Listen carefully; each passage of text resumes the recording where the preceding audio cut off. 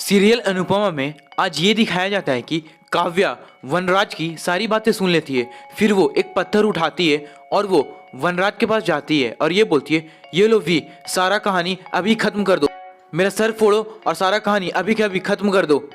तो वनराज ये बोलता है, काव्या तुम बात को समझ नहीं रही। तो काव्या ये बोलती है, मैं क्या नहीं समझ रही वी।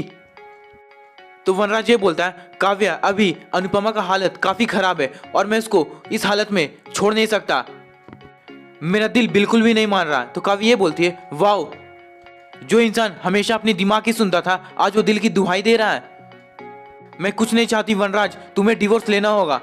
और काव्या काफी चिल्ला चिल्ला कर ये सब चीज बोल रही होती है। वनराज को फिर काफी गुस्सा आ जाता है और वो ये बोल देता है, एक बात कान खोलकर सुन लो काव्या, मुझे ऑर्डर्स लेना बिल्कुल ही पसंद नहीं है, न तुमसे न किसी और से।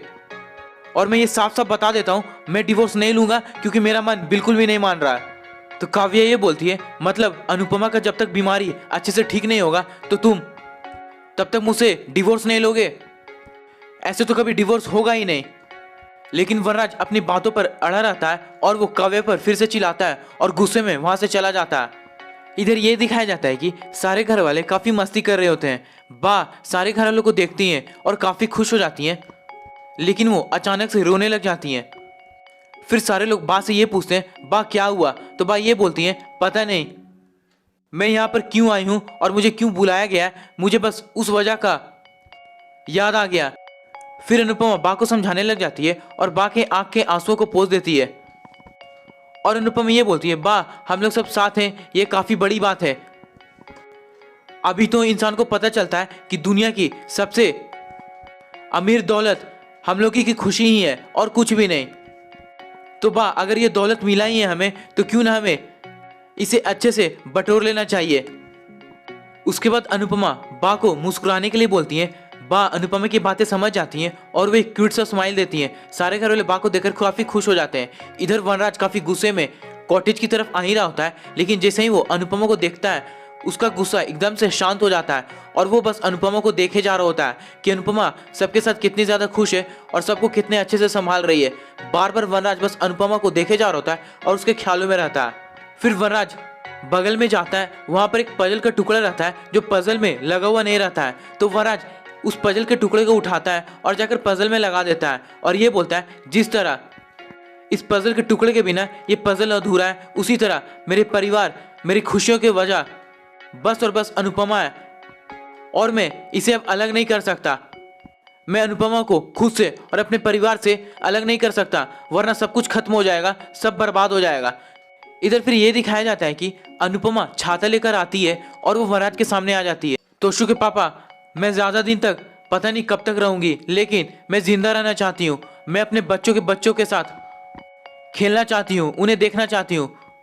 प्लीज तोशु के पापा कुछ ऐसा करिए ना कि मैं एकदम ठीक हो जाऊं और यहाँ से कभी ना जाऊं, क्योंकि मुझे अपने परिवार के साथ जिंदा रहना है, उनके साथ रहना है, उनके साथ समय को बिताना है। तो वनराज अनुपमा के गालों पर अपने हाथ को रखता है और ये बोलता है, अनु मैं तुम्हें कहीं नहीं जाने दूंगा, मैं तुमसे वादा कर रहा हूँ। अनुपमा वनराज की बातें सुनकर काफी खुश हो जाती है। फिर वनराज और अनुपमा एक दूसरे को गले लगाते हैं, लेकिन कुछ देर बाद अचानक से वनराज का आँख खुलता है तो वो सोचता है कि अनुपमा कहाँ गई। वो अनुपमा को ढूंढने लग जाता है, लेकिन फिर उसके बाद में ख्याल आता है कि वो बस ये सब चीज सोच रहा था। वो फिर से अपने परिवार को देखने लग जाता है और अनुपमा को लगातार देखने लग जाता है, जहाँ पर फैमिली वाले डांस कर रहे होते साथ में, और वनराज इस चीज को देखकर काफी खुश हो रहा होता है। उसके बाद वनराज वहीं पर बैठ जाता है और ये बोलता है, मैं ऐसा बिल्कुल भी नहीं होने दूंगा, मुझे कुछ करना होगा। और वनराज बार बार इसी चीज को बोल रहा होता है और वो काव्या की बातें को याद कर रहा होता है।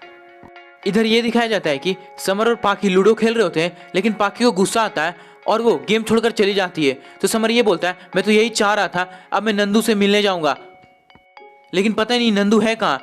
उसके कुछ देर बाद ही समर को मैसेज आ जाता है, जहाँ पर नंदिनी उसे एक जगह मिलने के लिए बुलाती है। समर भागे भागे वहां से चला जाता है। समर जैसे ही उस जगह पर पहुंचता है और वहां पर नंदिनी ने समर के लिए सरप्राइज अरेंज किया हुआ रहता है। समर जैसे ही इस चीज को देखता है वो काफी ज्यादा खुश हो जाता है और वो नंदिनी के पास जाता है और ये बोलता है, मेरी गर्लफ्रेंड दुनिया की सबसे डिफरेंट गर्लफ्रेंड है, और वो नंदिनी को गले लग जाता है। फिर समर नंदिनी आते हैं और वहां पर बैठ जाते हैं। तो समर ये बोलता है, तुम्हें पता है नंदू, मेरी मम्मी इस सगाई के मामले में कितनी ज्यादा खुश है, मैं तुम्हें बता नहीं सकता। तो नंदिनी ये बोलती है, एग्जैक्टली, मम्मी तो हम लोग से भी ज्यादा, काफी ज्यादा एक्साइटेड है। फिर नंदिनी उसी चीज के बारे में सोचने लग जाती है और वो समर को ये बोलती है, समर मैं फिर से इस बात को ला रही हूँ, लेकिन मेरा दिल नहीं मानता। मैं ये चाह रही हूँ कि मैं अनुपमा आंटी को सब कुछ बता दूँ, क्योंकि मैं ये नहीं चाहती जब मैं तुम्हें रिंग पहनाने लग जाऊं तो मेरे अंदर एक गिल्ट रहे और मैं बर्दाश्त नहीं कर पाऊं। तो समर ये बोलता है, ठीक है नंदू, मैं इसके बारे में सोचूंगा, लेकिन अभी जो मोमेंट है हम लोग इसे एंजॉय करते हैं ना। तो नंदिनी मान जाती है और दोनों एक साथ काफी करीब आ जाते हैं और डांस कर रहे होते हैं। इधर ये दिखाया जाता है कि काव्या अकेले बैठी हुई रहती है, काफी गुस्से में रहती है और वहां पर काफी अंधेरा रहता है। वो किसी को कॉल लगाती है और हेलो बोलती है। उसके बाद ये दिखाया जाता है कि डॉक्टर अद्वैत वहां पर आ जाते हैं और सारे फैमिली वालों को ये बोलते हैं, थैंक यू मुझे इनवाइट करने के लिए डिनर पर। तो वनराज और बा ये बोलते हैं, अगर आपने अनुपमा के हाथों का खाना नहीं खाया तो आपने कुछ नहीं खाया। तो बा ये बोलती हैं, सही बोल रहा है वनराज। सारे लोग वहां पर बैठ जाते हैं और खाना खाने लग जाते हैं। इधर काव्या दूरबीन से सब लोगों को देख रही होती है और ये बोलती है, थैंक यू बा इस दूरबीन को बेंच पर छोड़ने के लिए, मुझे आप लोगों पर अब नजर रखने में काफी अच्छा लगेगा और मैं सब कुछ देख पाऊंगी। इधर अनुपमा का फोन बज रहा होता है, लेकिन अनुपमा फोन उठाने ही वाली होती है तो वनराज मना कर देता है और ये बोलता है, मत जाओ, पहले खाना खा लो उसके बाद जाना। फिर अनुपमा वहीं पर बैठ जाती है तो काव्या इधर से ये बोलती है, ये अनुपमा फोन क्यों नहीं उठा रही है। लेकिन इधर बार बार अनुपमा का फोन रिंग हो रहा होता है। अनुपमा खुद को रोक नहीं पाती है, वो उठती है और जाकर फोन को रिसीव कर लेती है। फोन अनुपमा के वकील का रहता है, जहां पर वो वकील सब कुछ बता देता है अनुपमा को। अनुपमा जैसे ही इस चीज को सुनती है वो शॉक्ड हो जाती है। इधर काव्या मन ही मन में मुस्कुरा रही होती है। फिर अनुपमा का जैसे ही फोन कटता है वो वनराज की तरफ देखने लग जाती है। वनराज को समझ में आ जाता है कि अनुपमा को सब कुछ पता चल गया है। अनुपमा गुस्से में वहां से चली जाती है। वनराज भी उठता है और वो अनुपमा से मिलने चला जाता है। इधर काव्या खुद को ये बोलती है, अब ना आएगा मजा, वी डिवोर्स के लिए कभी मानेगा नहीं। लेकिन अब अनुपमा जिद नहीं बल्कि वनराज को मजबूर करेगी। इधर ये दिखाया जाता है कि अनुपमा काफी गुस्से में रहती है और वो वनराज से ये पूछ देती है, आपने मुझे डिवोर्स के बारे में बताया क्यों नहीं। तो वनराज अनुपमा को ये बोलता है, क्योंकि मैं डिवोर्स लेना ही नहीं चाहता, इसलिए मैंने बताना जरूरी नहीं समझा। तो अनुपमा वनराज पर चिल्लाती है और ये बोलती है, लेकिन मैं डिवोर्स लेना चाहती हूँ और ये डिवोर्स होकर रहेगा। वनराज जैसे ही इस चीज को सुनता है वो शॉक्ड हो जाता है और वो लगातार अनुपमा को देखे जा रहा होता है कि अनुपमा कैसी बातें कर रही है। फिर अनुपमा ये बोलती है, मैंने बेवफाई भी अकेले सहा था, अब ये सब चीज भी मैं अकेले सहूंगी। तो वनराज ये बोलता है, अनुपमा तुम अभी ठीक नहीं हो, मैं तुम्हारे साथ रहना चाहता हूँ, प्लीज इस बात को समझो अनु। जैसे ही वनराज अनु बोलता है, अनुपमा फिर से वनराज पर चिल्लाती है और ये बोलती है, अनुपमा मेरा नाम अनुपमा है, अनु नहीं। ये सब सुनकर फिर से वनराज को काफी बुरा लगता है। फिर अनुपमा ये बोलती है, कल बा ने समर और नंदिनी के सगाई की खुशी में एक पूजा रखा है, पूजा के बाद हम लोग सबको बता देंगे कि हमारा डिवोर्स होने वाला है। उसके बाद परसों हम लोग कोर्ट जाएंगे और हमारा डिवोर्स हो जाएगा। वनराज अनुपमा को देखे जा रहा होता है और उसे यकीन नहीं होता है कि अनुपमा ऐसी बातें कर रही है। अनुपमा गुस्से में वहां से चली जाती है। वनराज अनुपमा अनुपमा चिल्लाते रहता है, लेकिन अनुपमा रुकती नहीं है।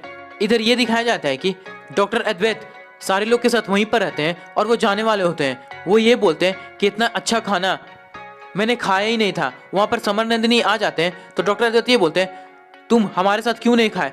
तो समर ये बोलता है, मुझे पता नहीं था कि आप यहाँ पर है, लेकिन कोई बात नहीं, अगली बार हम लोग सब साथ में खाएंगे। वहां पर अनुपमा आ जाती है तो बा ये बोलती है, अनुपमा तू कहाँ गई थी। अनुपमा कुछ बोल नहीं रही होती है तो बा फिर से ये पूछती है, और पता नहीं वनराज कहाँ चला गया। लेकिन अनुपमा कुछ बोल नहीं रही होती है और वहां पर जो जूठा बर्तन रहता है वो वापस से किचन में रखने लग जाती है और काफी गुस्से में रख रही होती है। इधर अनुपमा गलती से एक गिलास को नीचे गिरा देती है, जहां पर वो गिलास टूट जाता है और जो उसके कांच के टुकड़े रहते हैं, अनुपमा काफी जल्दबाजी में उसको उठा रही होती है। समर आता है और ये बोलता है, मम्मी आपको चोट लग जाएगा, आप ये क्या कर रही हैं। तो अनुपमा ये बोलती है, नहीं अब मुझे चोट नहीं लगेगा, मुझे अब चोट लगना बंद हो चुका है। अनुपमा काफी गुस्से में रहती है। समर अनुपमा को देखे जा रहा होता है। इधर ये दिखाया जाता है कि काव्या खुद को ये बोल रही होती है, अनुपमा अब मुझको वी से ज्यादा तुम पर भरोसा है, मुझे पता है तुम डिवोर्स की बातें जरूर बताओगी, लेकिन तुम अभी क्यों नहीं बता रही हो। क्या तुम्हें डिवोर्स लेने का मन नहीं है। काव्या रिलैक्स, अनुपमा बताएगी, वो जरूर बताएगी, क्योंकि अब मैं वी से ज्यादा अनुपमा पर भरोसा करने लगी हूँ। और उस वादे पर भी। डॉक्टर अद्वैत आते हैं और वो बांसुरी बजाने लग जाते हैं। वनराज फिर हल्का रिलैक्स हो जाता है और वो गाना गाने लग जाता है। इधर डॉक्टर अद्वैत बांसुरी बजाए जा रहे होते हैं और वनराज गाते गाते बस अनुपमा के बारे में सोच रहा होता है। आज का एपिसोड यहीं पर खत्म कर जाता है। कल के एपिसोड में हमें यह दिखाया जाए कि पूजा स्टार्ट हो जाता है और सारे घर वाले इस पूजा को लेकर काफी खुश होते हैं और वहां पर किंजल और डॉली भी आ जाते हैं। सारे लोग पूजा पर बैठे हुए रहते हैं, काफी खुश रहते हैं। तो अचानक से काव्या आती है और ये बोल देती है सबको, रुक जाओ, ये सगाई अब नहीं हो सकता। काव्या मुस्कुरा रही होती है। सारे लोग काव्या की तरफ देखने लग जाते हैं और काफी टेंशन में आ जाते हैं। तो आपको क्या लगता है अब काव्या कौन सा नया ड्रामा करने वाली है, मुझे कमेंट करके जरूर बताएं। इसी तरह के लेटेस्ट अपडेट्स को सबसे पहले जानने के लिए हमारे